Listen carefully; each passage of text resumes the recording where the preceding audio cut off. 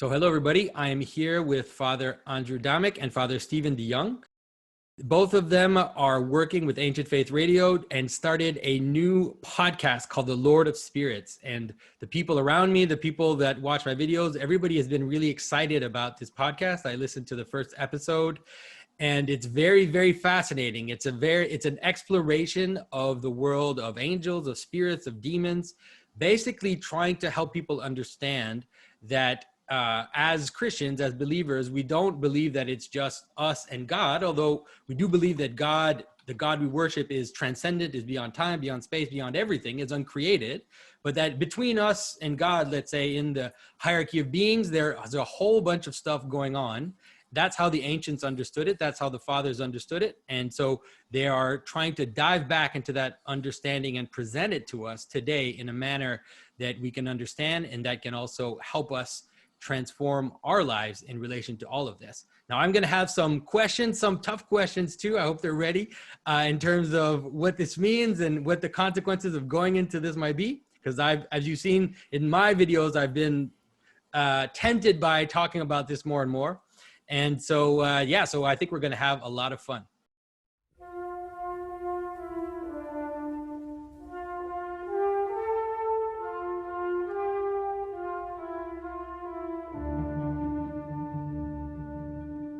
This is Jonathan Pajot. Welcome to the Symbolic World.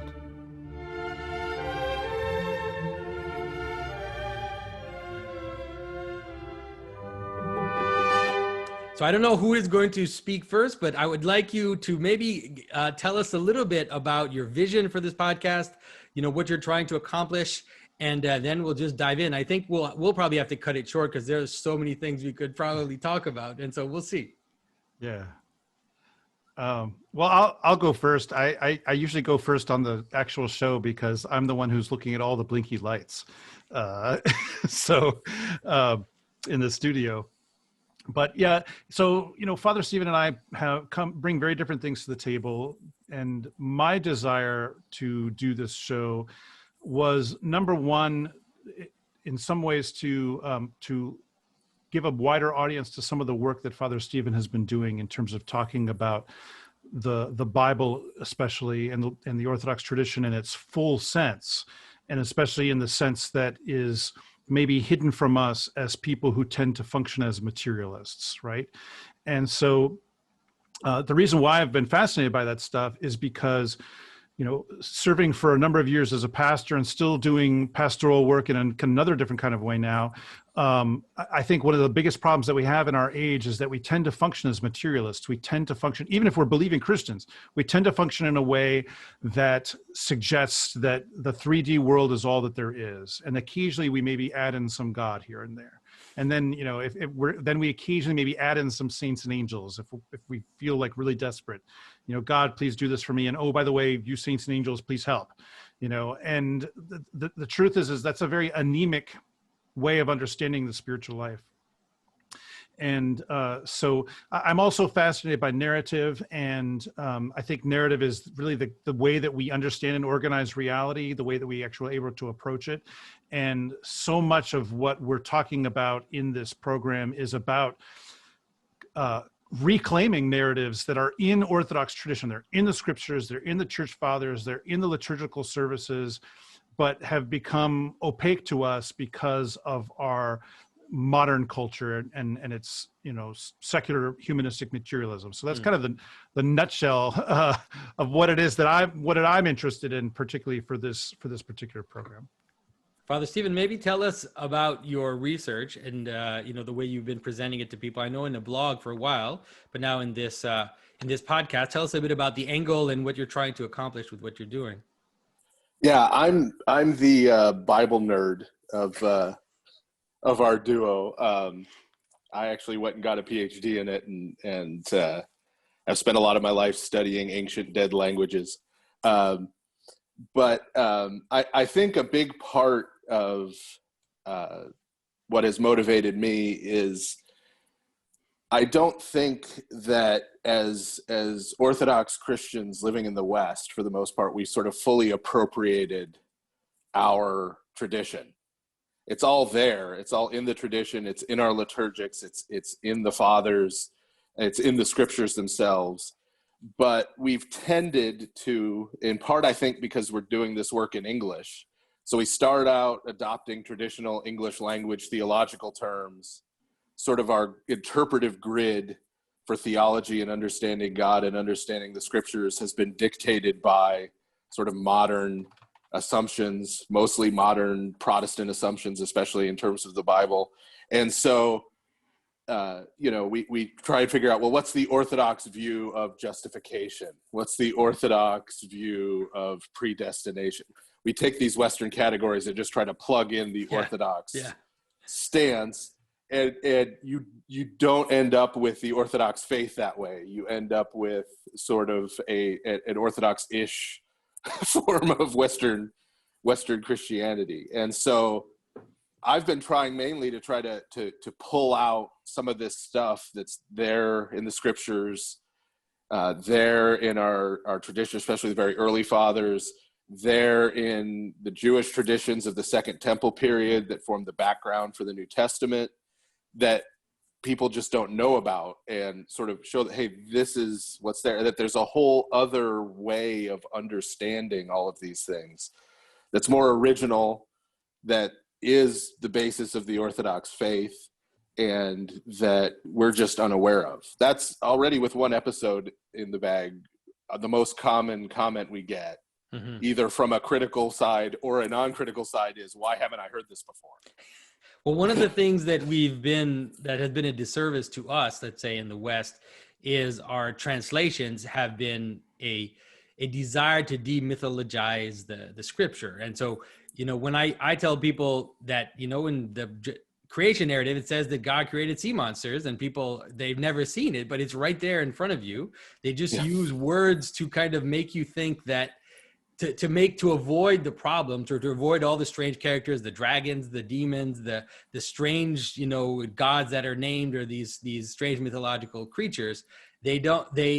There has been this attempt to kind of shield this from us in order to protect Christianity in the modern world. But now, in the past few decades, what we've had kind of secular atheist type biblical scholars come at us with arrows and knives and say all of this stuff is there, and try to bring it back, and Christians have no idea. And so one of the things I'm excited about what you're doing is saying, we're going to do this, but we're going to do it in a way to show that it's completely coherent with our Christian tradition. It's not in opposition to it.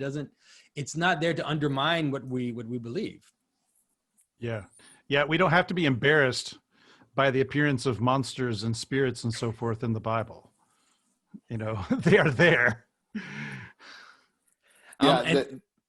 There's this idea that we need to sort of make Christianity respectable, right? We need to make sure that it's something we can talk about in polite company at cocktail parties with educated people, And so if we start talking about demons, or we start talking about sea monsters, or we start talking about giants, they're going to laugh at us. So we need to figure out some way to paper over that.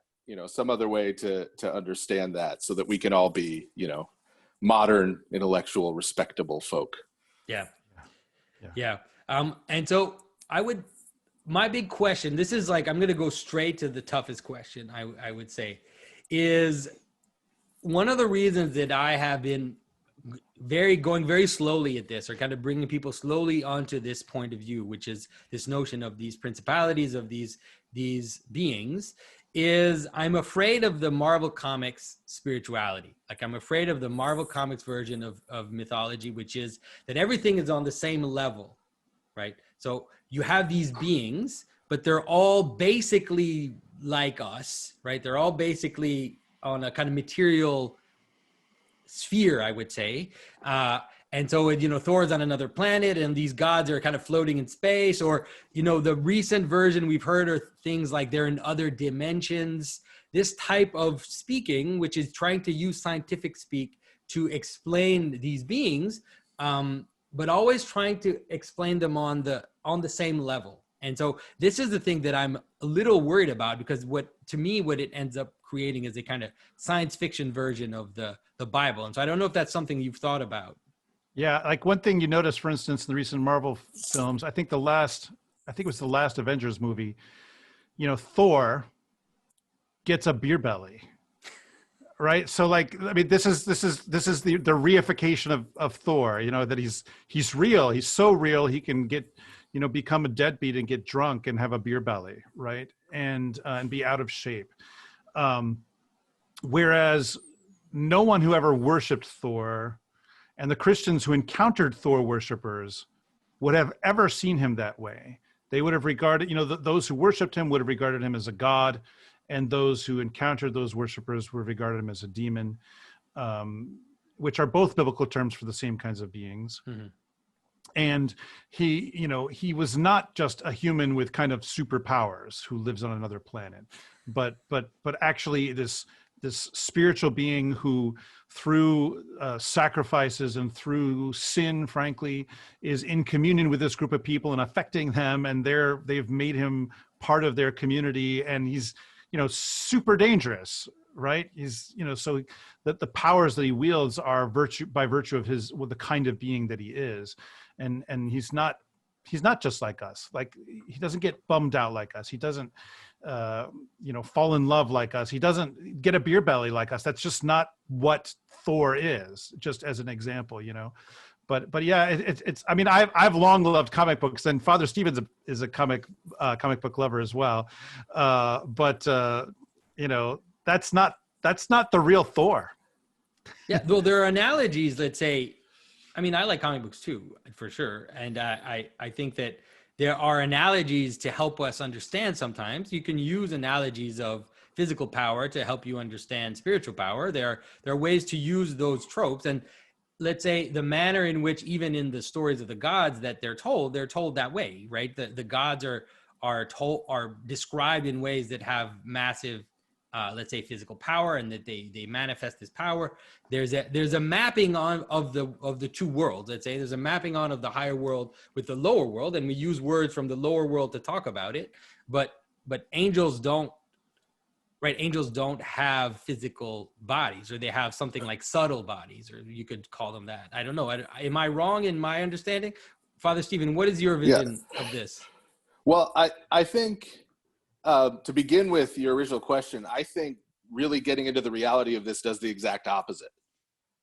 I think the whole spiritual world and God himself has been sort of domesticated by sort of modern theology, especially Protestant theology. You know, you've got Calvinism, which basically has a God who's within time and sometime in the ancient past sat down and wrote out everything that was going to happen. Yeah. You know, and if he didn't do that, then he's not sovereign and he's not in control. Right. You know, and then you have people who respond to that and go the other way with open theism, who say that God like doesn't know the future. Right. So we've got these words that are so humanized God. So I think when we come and say, well, no, if you look at the scriptures, you know, the angels are these vast cosmic intelligences, mm-hmm. you know, that help God in his governing of the spiritual and the material world. You know, I think that's a much less sort of Marvel-esque, you know, that's less Justice League. Yeah. No. And I think the word intelligence is probably it's a traditional word to talk about these beings. And it's probably a good way to speak about them in a manner that people can maybe understand what we're dealing with here. Because one of the things you said, I think it was in the first episode, or maybe I read it on your blog, where you talk about the notion that the spiritual world, for the ancients, even though it's seen as these intelligences that are above us and that are kind of managing the world, they nonetheless map onto the physical world, right? There's a correlation. And so you have places in the world that are like, you know, the gates of hell, or the mountain of the gods, or you have all these physical spaces in the world that kind of let's say concentrate these spiritual powers. But it doesn't mean that, let's say, that if you went up the Mount Olympus, you would find God, you'd find Zeus sitting there kind of, you know, fiddling away at his lightning bolts, you know. But it's difficult because people are so materialistic that I'm always afraid sometimes that do you understand what I'm talking about? Because sometimes I'm a little worried when I talk to people about this stuff. Yeah, the ancients saw these things as sort of overlapping. Like, to use a modern term, it's like you have a transparency over a photo, you know? And so the Acherusian lake, for example, was a lake in Hades, in Sheol, in the underworld. And it was the place of, for Plato, it was the place of forgetting, where the souls sort of lose their memories before they get reincarnated. In general Greco-Roman paganism, it was just forgetting their former lives completely and sort of starting to dwindle away to nothingness.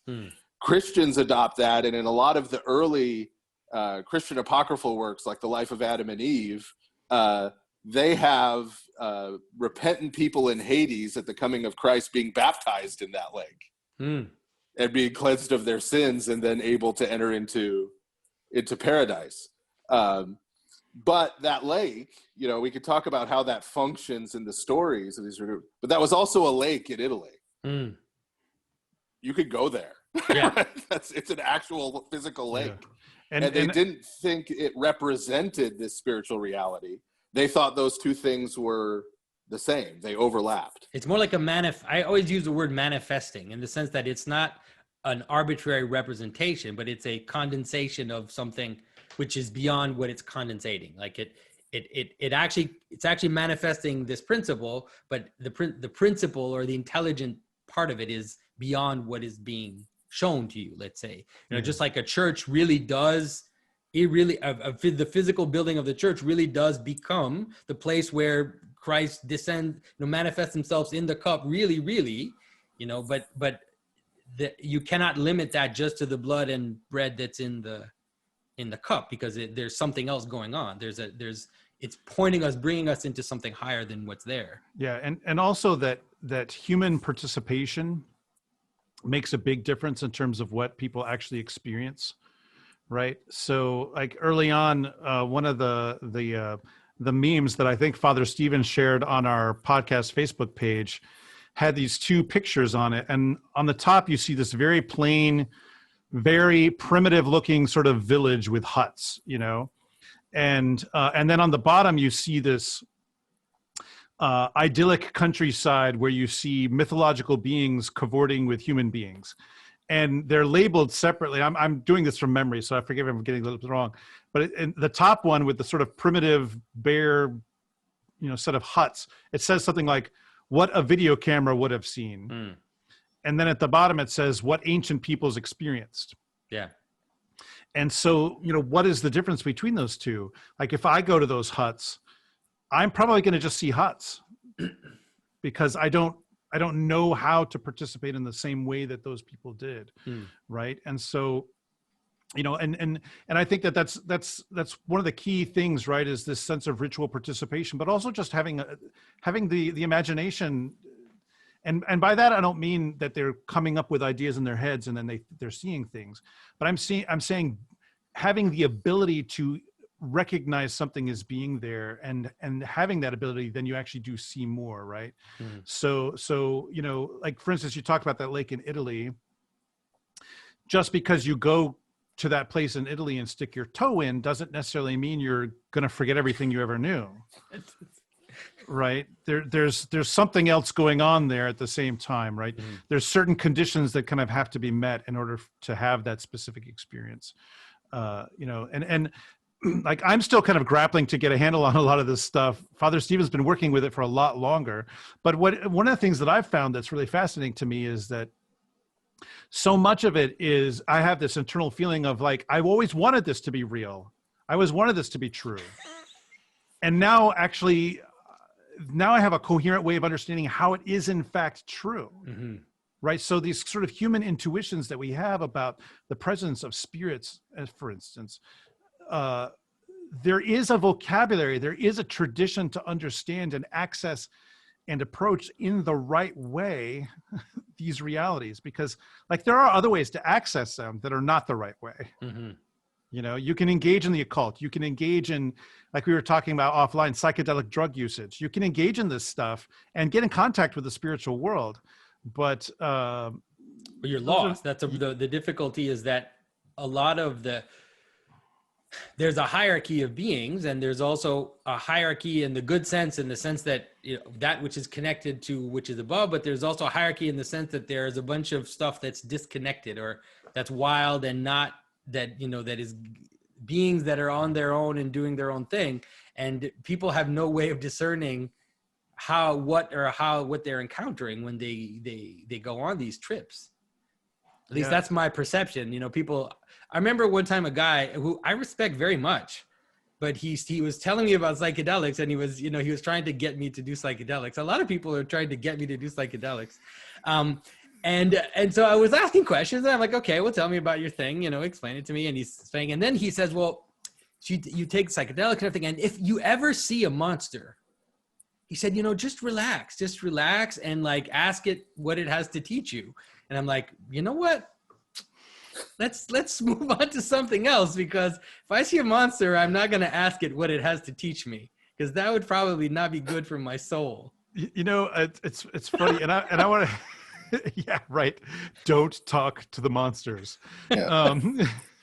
But you know, it's funny. Like, so within 24 hours of our first episode, we must have received, I don't know, 5 or 6 messages from people that essentially kind of went like this: my house is haunted. What am I supposed to do about this? Yeah.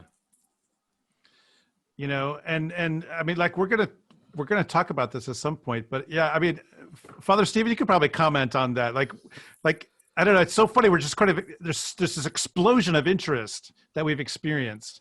And so there's an unending list of topics, you know?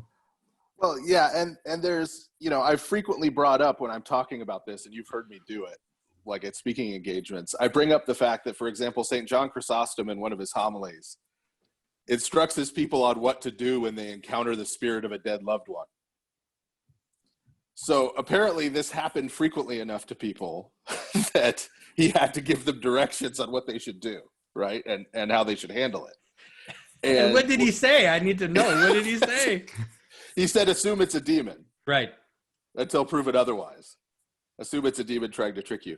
But I say that, and people kind of chuckle, and they're like, wow, that's weird, and da-da-da-da-da. But then when everyone else leaves the room, I have people start coming up to me and say, hey, when my mom died, when my dad died, when my aunt died, when my grandma died, I kind of did, you know, they tell me they've had that experience. And I think these experiences are, well, because this is reality, because spiritual reality is reality, people have these experiences. They try to write them off or re-explain them, or, man, I must have ate something weird, or, you know, or whatever, or they just don't admit that they've had them because everybody, again, they won't be respectable. Everybody will look at them like they're crazy, you know? This reality intrudes on people's lives. And so part of what I think is valuable about what we're trying to do, hopefully for people, is that we'll give them an orthodox context in which to talk about and understand that, you know, and what do you do when your house is haunted? Well, I've done an exorcism on a house, and I ended up doing it because it wasn't an Orthodox person. It was a person from a Nazarene church. But he went to his pastor and said, hey, this weird stuff is happening. This thing grabbed me and left like burnt finger marks on my body. What do I do? And his Nazarene pastor was like, I don't know. You need to go find a priest. You need to go find a priest. Don't you watch movies? Find a priest. What are you doing here? Like, this isn't in my wheelhouse, right? I don't have the toolbox for this, right? So, I mean, these things happen to people, and they're normal in the sense that they're part of the whole world. We've just done everything we can to blind ourselves to the whole spiritual element of the world around us. Yeah. Well, one of the things that's being opened up, I would say right now, is there are certain scientists and certain thinkers. There's someone, his name is Don Hoffman, who's kind of attracting a lot of attention. And he's positing that consciousness is basically a fundamental part of the world. Like, it's a fundamental particle of the universe, and that it scales down it scales down from our experience all the way down to the subatomic level, and it scales up as well beyond persons. And then this phenomena of consciousness scales up. And so, and he's really kind of muddling around. You can tell that he doesn't have any traditional metaphysics. He hasn't studied philosophy. He's really doing it as a scientist, but he's trying to account for consciousness, which is the last thing that scientists are unable to really account for. They can't explain it. They don't understand it, despite the fact that it's through consciousness that they're saying everything they're saying, that everything they're doing is basically through the lens of consciousness, but they can't account for that phenomena. They think it's just a phenomena. It's not a phenomena, right? It's the place meeting of heaven and earth, we could say.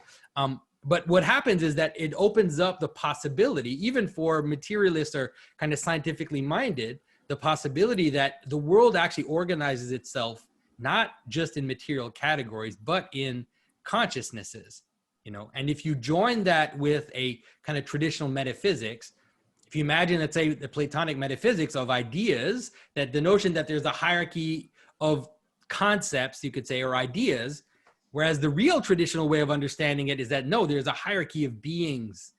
The world manifests itself through beings, and that even things in the world, let's say, sectors of reality have principalities that are beings that are managing those things. And it's hard for people to kind of grasp that, but in our human endeavor, that's how it works, right? We have a mayor, we have a president, we have a general, we have these characters that are acting as principalities on larger constituents, you could say. Yeah, I'm totally fascinated by panpsychism, which is what you're talking about. Basically. Yeah. In large part because it accords with, you mentioned, the Platonic metaphysics, but I mean, back when I was studying philosophy, I did a thesis in Aristotle's physics. Aristotle has everything having a will. Anything that has a nature has a will, because will is a function of nature, which is also part of our Orthodox theology that separates us from the West in a lot of ways. But that's sort of treated as some kind of weird, crude, of course, by modern people reading Aristotle, they're like, oh, this is some weird, crude, he's humanizing natural elements and the world soul and all of this. But this was basic to the ancient view, is that there are these consciousnesses associated with everything in the material world. And as you say, that the idea that they scale based on the complexity of the system that they represent. But, and then the question was, like when you read Philo responding to Plato in a Jewish context, he's saying, these consciousnesses aren't gods to be worshipped in their own right, right? They're gods, we would put it with a small g, but they're those beings created by and appointed by the God to administer his creation, and through whom he administers his creation. And then the idea of demonic rebellion is that some of these powers have rebelled and were being worshipped as gods by the various nations, treated as ends in themselves, rather than as part of this hierarchy that leads toward the God. It's one of the questions. This is a question that I've had for a very, very long time. So I'm going to ask Father Stephen because I want an answer to this. So one of the things that I would say, people are going to call me a heretic now, but one of the things that I've appreciated, let's say in the Islamic cosmology, is the possibility of the jinns. Okay. That is, it seems to me, and I might be wrong because maybe I do come from a Protestant background, but it seems to me that in the Christian cosmology of which I'm aware of, there's this idea that there are, let's say, angelic beings that are connected in the hierarchy to God. And then there are demonic beings that are rebelling and therefore, let's say, fallen or scattered, full of pride and pulling the world apart, let's say, diabolos. But we don't seem to have the possibility of beings that are neutral or that are ambiguous in between. And we don't have that, but then they reappear nonetheless as like fairies and gnomes and all these let's say kind of folk beings that are there for the Christians, even though they're not part of their official Christian cosmology, let's say. So to me, that's like something that I've always wondered about. Are there traces in the fathers or in let's say in the traditional text or the extra biblical stories where we talk there is this idea of neutral or ambiguous beings. Yeah, I think there are two answers to that. First is that that's sort of where humans are, because humans are both immaterial and material, right? But by being a soul body unity, humans are the bridge between the unseen and the seen world. And so we are sort of in between in that regard, or able to move in either direction. would probably be a better description. The other place where you see that kind of thing is with the idea of the giants, where you have this kind of, and we could talk about how to see that, but this quote unquote hybridization idea of something fallen and something human, right? And there are,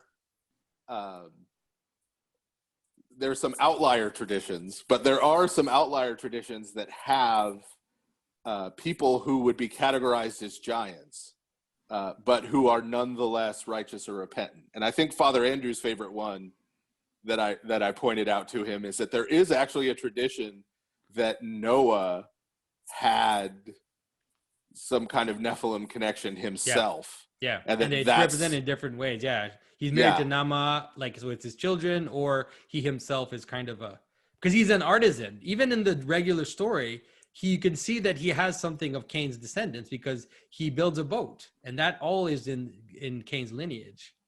Yeah, and there are a lot of stories of his miraculous birth, and there are a whole series of stories where after his sort of miraculous weird birth, his father Lamech is kind of like, hey, is this mine? Like, or did like an angelic being get involved here, because he seems to be, right? And he has to sort of be reassured. And the dynamics of a lot of those stories actually get inverted, but they get reused by St. Matthew in his gospel in terms of St. Joseph's questioning when the Theotokos becomes with child. Now they get inverted because he's told the opposite answer. Lamech's sort of reassured, like, no, he's your child. And Joseph's like, nope, it's not yours, whereas buddy. Joseph, it's like, yeah, no, it's not, it's humans. But it's the same kind of dynamics in the story get played out. So there is that. Those would be the two places, I think, where you would see something like that. Even then, I don't think there's ever really neutrality, but there's the capability for certain beings to move in either direction. They're not sort of locked in place. Yeah. Because C.S. Lewis seems to want to try to recast that idea. And so, he takes the different kind of little gods, or the woodland creatures and the woodland spirits, and he recasts them in his Narnia series as being somehow something which I think are akin to the Jinn, like are these characters that you don't really know, like they're kind of neutral. You're not sure. Some of them are with Aslan, some of them aren't, and some of them can flip. Anyway, so I just was wondering about that, because I see that someone like C.S. Lewis seems to have tried to create something akin to that in his series. Yeah, and I mean, so you and I have talked about Tolkien in the past a little bit, and Tolkien tries to deal with this on some level too, right? So on the one hand, we were talking earlier about the idea of spiritual beings who are engaged at kind of every level of creation, kind of helping to make it go. Like, one of the best fictional depictions of that is in the Silmarillion by J.R.R. Tolkien, when you have the one God who creates this, the angelic beings, and they're engaged in all this and so forth, and then some of them rebel, right? Just as happened in the real world, and at the same time, then there's various kinds of creatures that exist in his world, like that seem to not necessarily always be entirely aligned in one direction or another. Although if you really had to sort them out, I think you could probably do it. But like one of the ways that he attempts to kind of solve this problem is you have men and elves, but he essentially says that elves are essentially a kind of version of man, that they're two different types of peoples of the same one species. Yeah, right. Like a caste system of some kind. That's what it seems to be in Tolkien. Sort of, yeah, sort of. But of course, elves can be evil too. Even though, like, when you encounter them in the Lord of the Rings, they're generally almost divinized, right? But yeah, so it's interesting how there's various people that are attempting to kind of work out how to deal with these problems of, the how do you represent spiritual forces in the world, and also what do you do with the fact that mankind has always kind of seen, up until relatively recently, has kind of seen fairies and sprites and gnomes around every tree. I think one of the problems that makes it difficult for us to understand that is that, especially since the Victorian era, a lot of those creatures have been kind of domesticated. So like Tolkien hated, for instance, one of the things he hated about Shakespeare, now he's pre-Victorian, but one of the things he hated about Shakespeare is that Shakespeare's fairies are kind of too small. They're too weak, right? They're too cute, and that really becomes extreme in the Victorian era. Up to Peter Pan, yeah. Yeah, right. And now you get, images of, you get Tinkerbell. Tinkerbell is the ultimate in cute fairies. Yeah. Although it's interesting how Tinkerbell is then presented in Peter Pan as being ultimately dangerous, right? Tinkerbell attempts to kill Wendy. Right. So even then you still have this idea that they're dangerous, but they've been made much, much smaller, right? Whereas Tolkien's elves and fairies and so forth are dangerous people to run into, and generally not a good idea. So one of the things that I don't bring up often, but I think in this case it's probably a good idea to bring up, the author René Guénon, who was like an early century traditionalist, and he came out of the occult. Some of the stuff he wrote is off. Some of the stuff he wrote is quite good, but one of his theories that he has was that materialism was like a wall that the civilization had built around itself to protect itself or to isolate itself from the spiritual world, let's say. And he said it was actually, in a certain way, successful. Like it's true, there are less miracles, there are less manifestations, from the Enlightenment on, there were less and less connection with what you would call the spiritual world. And so the materialism, philosophical materialism, and then had actually created this wall around the world. But his theory was that at the end, because that can't hold, at some point it's going to start to crack, and he called it the Great Fissures in the wall. But he said when the wall cracks, it's going to crack at the bottom, it's going to crack below, and it's the stuff from beneath that are going to come up, but people are still going to be more isolated from the higher beings. And we've seen, like he wrote that maybe in 1920, and we've seen it, with all the new age insanity and all the craziness, we've seen it kind of happen, manifest itself. And so this brings me then to the question of the, kind of what you're trying to bring back, which is, the Book of Enoch and the Enochian traditions, we could call them, have been controversial, like to a certain extent in Christianity. But nonetheless, it seems like they do offer us a way to deal with this in the world. As we see these beings kind of creep back into reality, it offers us a map or a guide to help us understand what exactly is going on. I don't know if you've thought about that. Well, I think building off what you said, I think the rule of Christ gave us the luxury of materialism for a while, right? Because the Western world, Christendom, right, as such, right, the fact that there weren't practicing pagans, and so sort of idolatry and the religious aspects of sexual immorality had been kind of ruled out.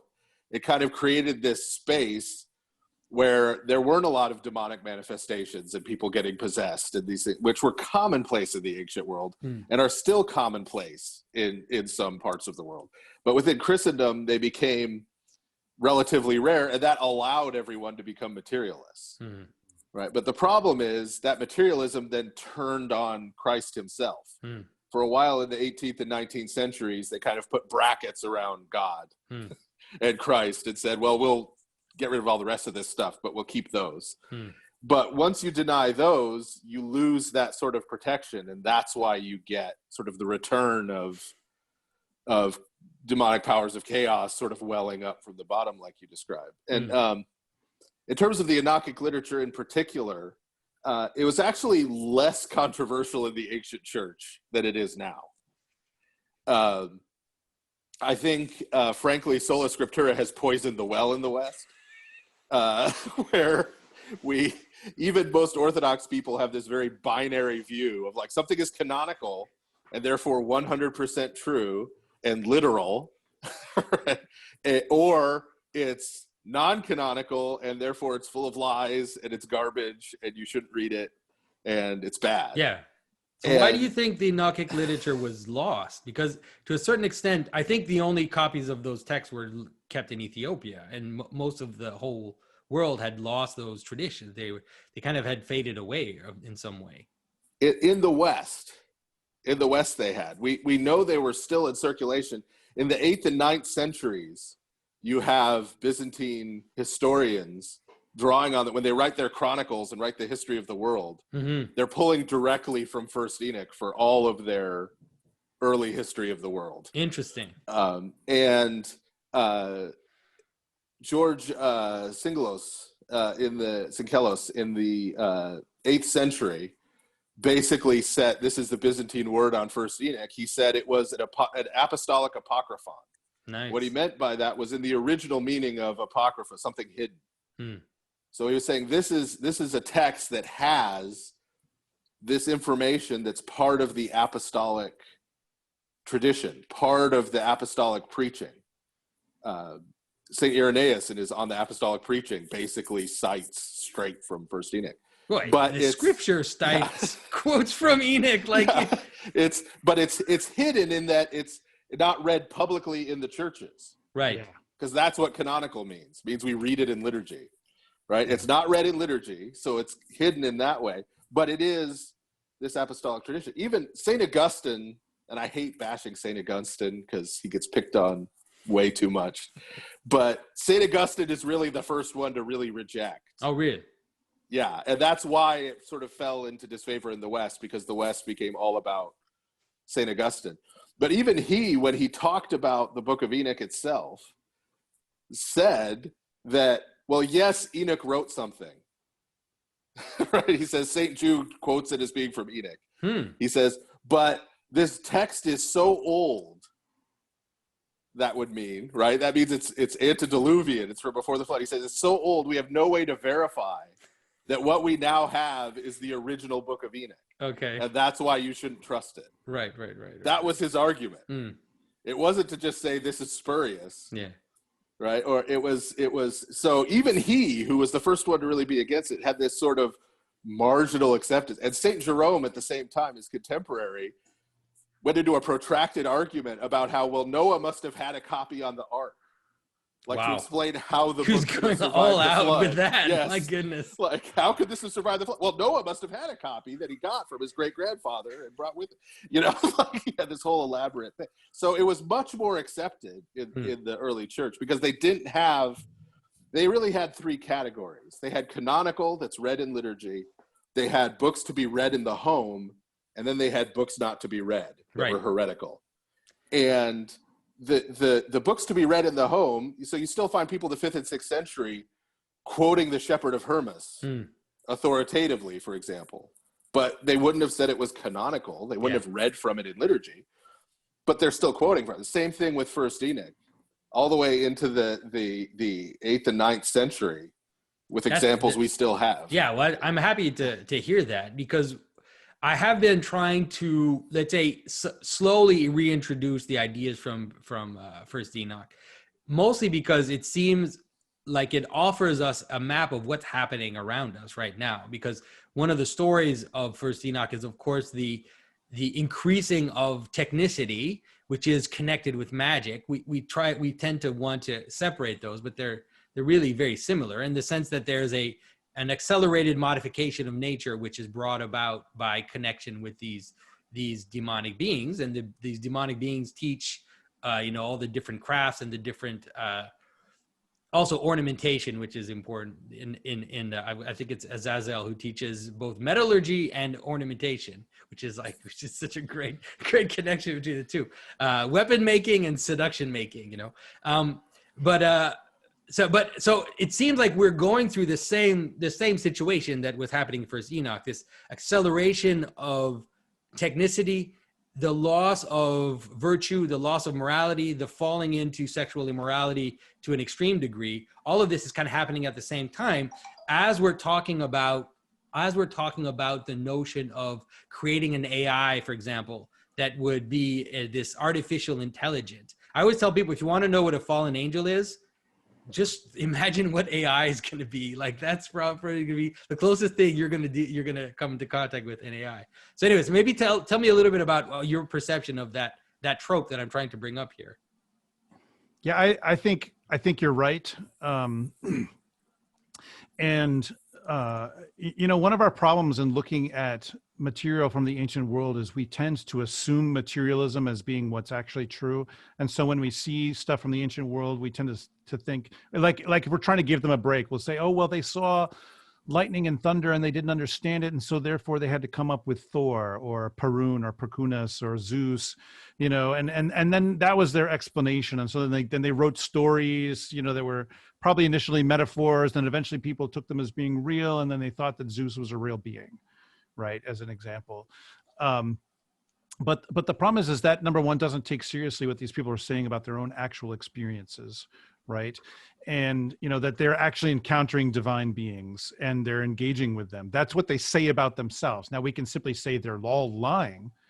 But if we accept that idea, then we're basically saying that almost every single text from the ancient world is a lie, that people are lying about their actual lives, across the world consistently. And interestingly, they're lying in very similar ways. Throughout the whole world, the whole globe, right? Like I'll give an example that blew my mind when Father Stephen first told me about it. He said almost every ancient culture, when they depict spiritual beings that they encounter, depicts them as being about 15 feet tall. Everywhere, Africa, Asia, Indo-European cultures, South America, Egyptians, everyone is depicting their gods as being about 15 feet tall. Like, what is that about? I mean, you could explain. I don't know. Maybe you could explain it to right. me. You could, for instance, do the historical critical thing and say, okay, well, maybe someone at some ancient Indo-European point depicted a 15-foot tall god. And so then therefore all of these Indo-European cultures got the 15-foot tall god from that, and it kind of spread out from there. Right. Essentially kind of explain it linguistically. Mm-hmm. But the problem is you have cultures that are not connected to those cultures at all that are depicting the same things. So you could either say like, wow, that's an interesting, massive, enormous coincidence all over the world, everywhere. Or you could say, well, maybe they're all having a similar experience. And so they're therefore all depicting this same experience that they're all having. Mm-hmm. And so like that's one example of these things that are kind of right in front of us, but that we just sort of just disbelieve them from the outset, right? But I think you're right that we are now experiencing this kind of increase in, for lack of a better term, spiritual activity, right? And it's funny, like I one of the jokes that Father Stephen and I have sometimes made about the way that we're already interacting with people about the Lord of Spirits podcast is, at some point we're going to have to say, look, we're not Ghostbusters. We are number one.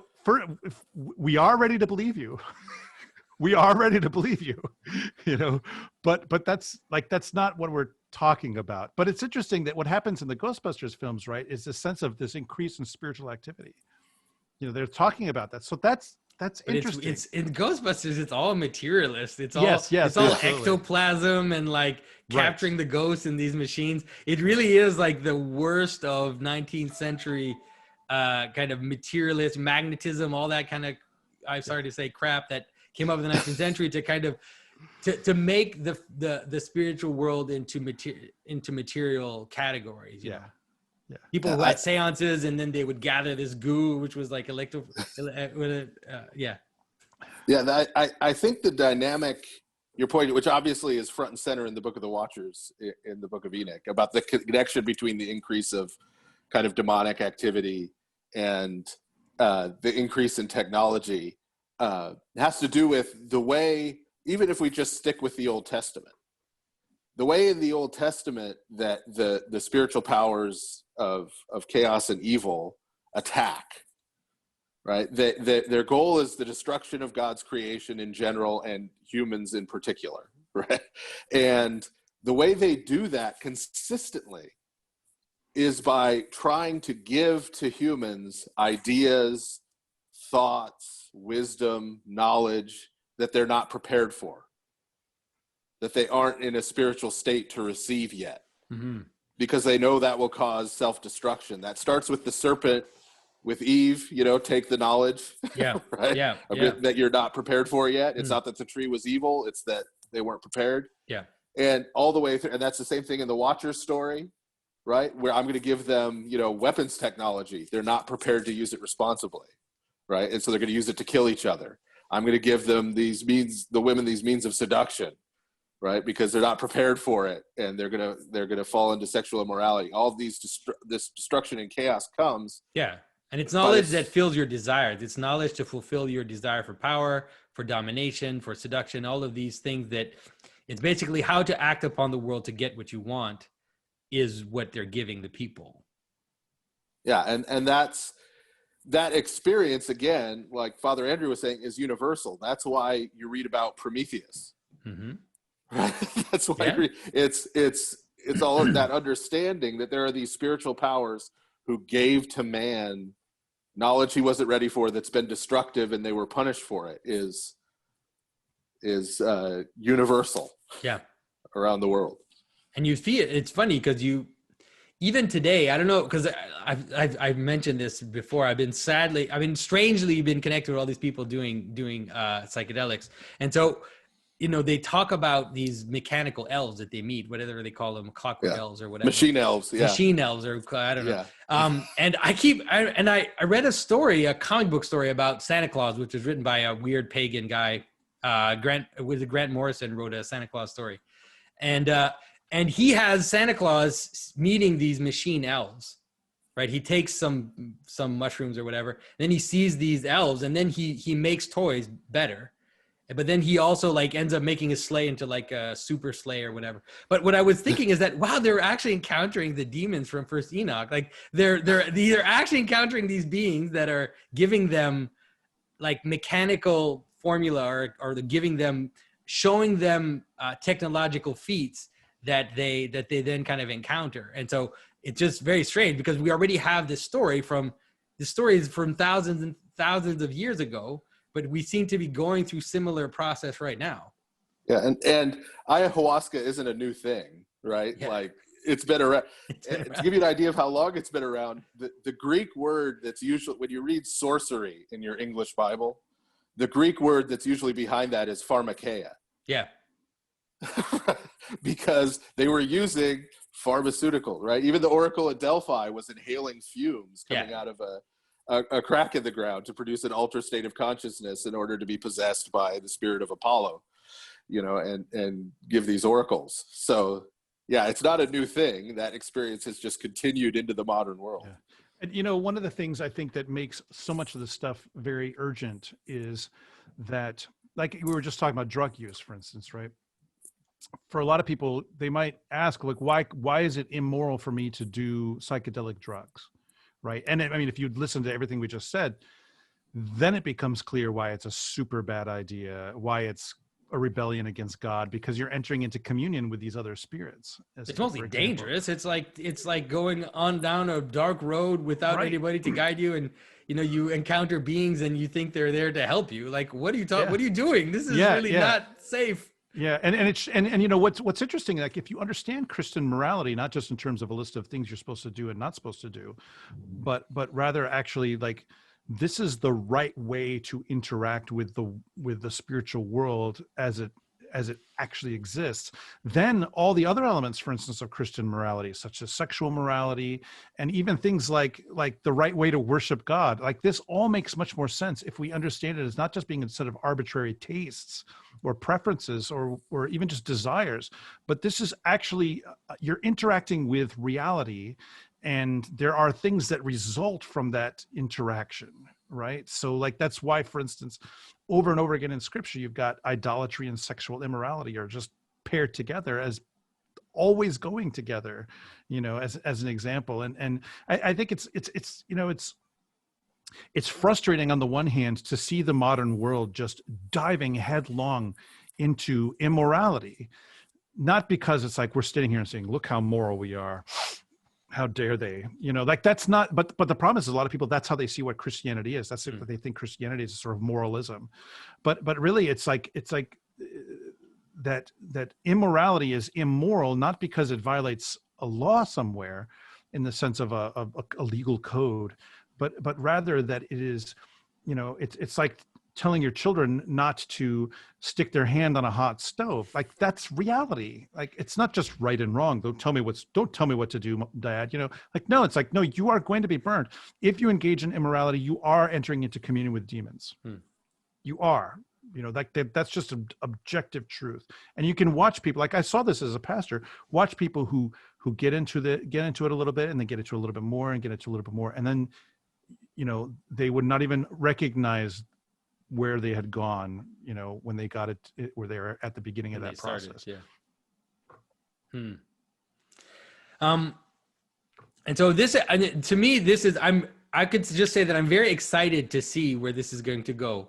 And I'm really happy to that you're taking this trip. And in a way, I'm happy that you're doing it, that I'm not doing it, because first of all, I don't have the knowledge to do it, of course, but also because I know this road is going to be fraught with all kinds of strangeness that is going to manifest itself to you in terms of demonic things attacking you, but also people coming to you like Father Andrew already said, coming for help, trying to get them to deal with these experiences that they've had that they don't understand in a modern world where, all of this has been, although it's everywhere in our fiction, it's everywhere in our stories, in the real world, people try to avoid it or try not to talk about it or put it to the side. But nonetheless, if you look at all the card readers and all the new age stuff, and people are trying to understand this. And so I'm happy to see that I've got Orthodox priests trying to guide people along the road so they don't get lost. I think that, and I say this not in a kind of to draw attention to us kind of way, but I think the fact that we are priests, it's not just a question of like authority, right? In the sense of like, although we're talking about principalities, right? So authority. So that's the kind of authority. Yeah, right. That's the authority that I mean is, and it's interesting. Like for instance, I had the experience one time, and this happened years ago, where my wife was somewhere. And I mean, I wasn't even present, but my wife was somewhere and this woman approached her in public and essentially kind of offered her, I don't know if it was a seance or a fortune telling or something like that. Like, and my wife told me that she looked at the woman straight in the eye and said, "My husband is an Orthodox priest." That was the one thing she said. And she said that the woman like drew back in sort of shock and fear. Right. So it's not that like I'm some holy person. I'm not. But as priests, our task is to stand at the altar and to facilitate people communing directly with God and being engaged with the angels and the saints. And so, there are many times you see in Scripture where priests engage in this kind of spiritual warfare, not because they have some special holiness all their own, but because this is the way that God has chosen to work, right? That offering incense, that offering up the Eucharist, these things are spiritually powerful, and not just in an individual way that makes somebody have a spiritual experience, but like, for instance, that offering up incense fumigates the space from dark powers. Like that's literally what is happening when incense is it's clearing them out, and you see it happening in the Bible, right? It happens. Father Stephen, what was that? What's that passage where you see, isn't it Aaron and a couple of other ones? Like there's some kind of plague that has happened with the people of Israel. And so they offer up incense to drive this out. After the rebellion of Korah, Aaron takes his censer and his sons take their censers and sort of stand between, the language is that they stand between the living and the dead, offering incense. And as they stand there, sort of the plague stops at that line. like that forms the sort of barrier between life and death. And yeah, that's and this is another one of those things that ancient people just understood. You see people offering incense, and incense is offered as a sacrifice. There are altars of incense, right? But incense is offered all over the world in every culture. Yeah. And it's so ingrained that the Greek word for purification, right, katharsia, right, is derived from the Akkadian word for incense, kataru. That's where it comes from.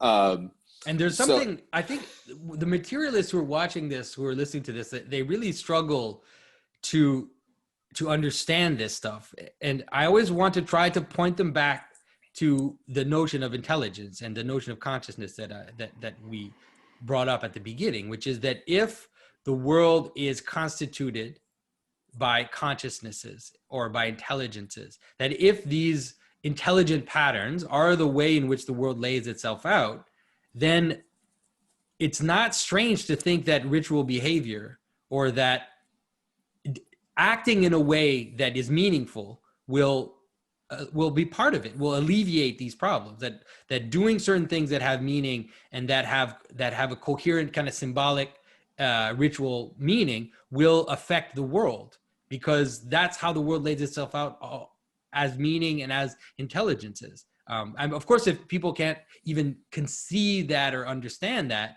then it all looks like superstition and bunk and just whatever. But we do it all the time. We use meaning to affect the world all the time. And the most recent one is this mask wearing thing.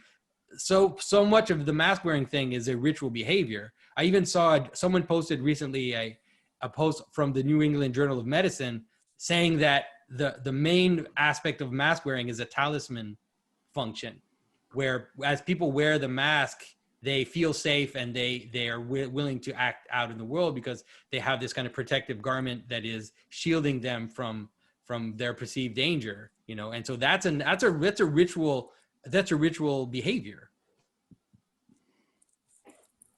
Yeah, I mean it's I think again just basic that ritual does something, right? Too often people look at ritual, they obviously 99.999% of people in the world have never studied ritual theory, but we look at ritual, we tend to look at it in this sort of diagnostic way, where even if we're talking about the liturgy or the parts of the liturgy, right, well, this represents this and this represents that and this stands for that, but what ritual does something. And so yes, the person who participates in ritual is going to be shaped by that. The community that participates in ritual is going to be shaped by that. They're going to be brought together as a community, and that community is going to be formed in certain ways. And the example I use with people who are just raw materialists is I talk to them about sports. Maybe this only works in the US. I don't know. Maybe it works with football other places, like non-American football. Yeah. But that, right, it does not matter what socks you wear in terms of whether your team will win or not. It doesn't matter whether you watch the game, like on a materialist level. Yeah. It doesn't matter what you do. It's not going to affect the outcome of the game. But you cannot tell a sports fan that what they do and their rituals and those kind of things, dressing up like a team member. Matter. Yeah, you're right. Yeah, dressing up like a team member. As far as they're concerned, that's part of the game. That's part of their team winning, is their support from their house miles and miles away, we understand it at some base level, even if we won't let ourselves fully sort of appropriate it. Yeah, the example I always use is shaking hands, because, you could say shaking hand represents showing your hands that you don't have a weapon, that shaking hands represents, a movement towards the other, blah, blah, blah. But it doesn't just represent it. You're actually doing the thing. You're encountering someone, and the gesture is creating the bond between you and that person. It's not just a represent, although you can find all the meaning, and it's there. You can show it. You can show how all of this is very, very meaningful. But it's also acting in the world and transforming the world in the way that ritual does. Yeah, yeah. Well, this has been we've been going for way longer than I usually go. I knew this was going to happen. But I am really excited, like I said, and I first of all appreciate you coming on here, and I want to tell all the people listening to tune in. It'll probably be a lot to think about, a lot to discuss, a lot to debate about. I'm certain you're going to create all kinds of controversy with this podcast, which is going to be good controversy that'll help us understand a lot of the spiritual malaise that is in the modern world today. So thank you for your time, and thank you for all your efforts. But it's really hard because it's so huge. I mean, you can talk about that. You could be able to talk about this for seasons and seasons of this podcast. Years, I think. I think there's years worth of podcasts in there. And we started out with monotheism is bunk, so it can only stir the pot more from here. I totally agree. I made a video was it 2 years ago called "The Problem with Monotheism," and especially for the modern atheist, it's such a great thing to understand. When someone, this argument, you've seen it probably online, where they say, you're an atheist too. I just believe in one less God than you do. Right. You know what? You've got the wrong guy, because I believe in all the gods. That's right.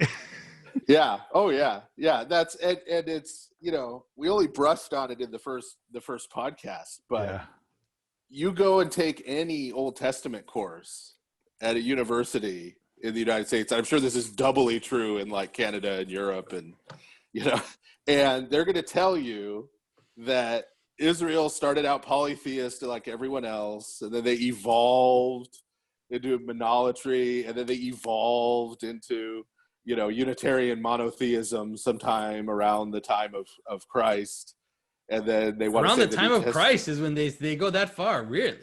Oh yeah, they have it all laid out, and they've just adopted wholesale this 19th century German thing the Hegelian thing, and then because then what they want to do is they want to say, okay, so monotheism is the thesis, or no, polytheism is the thesis, monotheism is the antithesis, and the Trinity is the synthesis. Oh right, okay, that's what they want. Right, to say. They want to do that whole Hegelian move, And look at rabbinical Judaism; they have all the weird stuff. They have way more weird stuff than we do.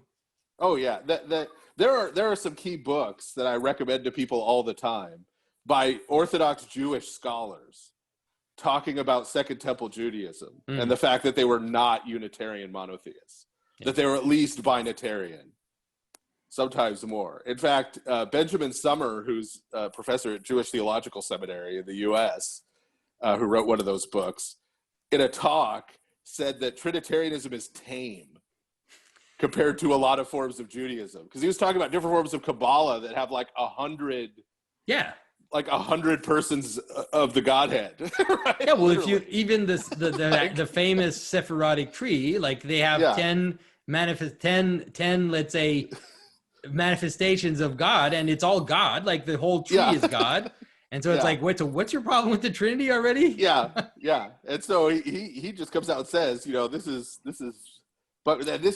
I like sending people to the Jewish sources on it, because then they can't say I'm trying to pull something, right? I'm like, no, these are Orthodox Jews. They don't have a dog in the fight, right? They're. All right, it was great to talk to both of you, and I'll send you a link as soon as this is posted. I might even try to post it today or maybe tomorrow morning. Thank you, Jonathan. We appreciate it. Yes, thank you for having us. And maybe in a few months, once you've given us a full demonology and angiology, I'll have you back on the show, and we can talk about it again. Sounds good. All right, absolutely. Bye-bye. Hope you enjoyed my discussion with Father Andrew and Father Stephen. Make sure you check out the Lord of Spirits podcast on ancient faith. I'll be, of course, putting links to that in the show description. Also, make sure you check out Father Andrew's other podcast called the Amon Sul podcast, one of his many podcasts, actually. I was on there just a few weeks ago talking about dragons. That was also a lot of fun. And don't forget that the Symbolic World also has a clips channel where Lisa Parrott is putting together clips of all my videos, organizing them in subject. And so if you've ever wanted to know what I think of this or that, it is probably the best place to check that out. And don't forget, of course, with all the strange YouTube changes that are going on, don't forget to make sure you are subscribed to the channel if you want to get notifications for the next video. And of course, everything I'm doing is done thanks to your help and your support. So go check out thesymbolicworld.com/support if you want to help out the podcast. So thanks everybody, and I'll talk to you very soon.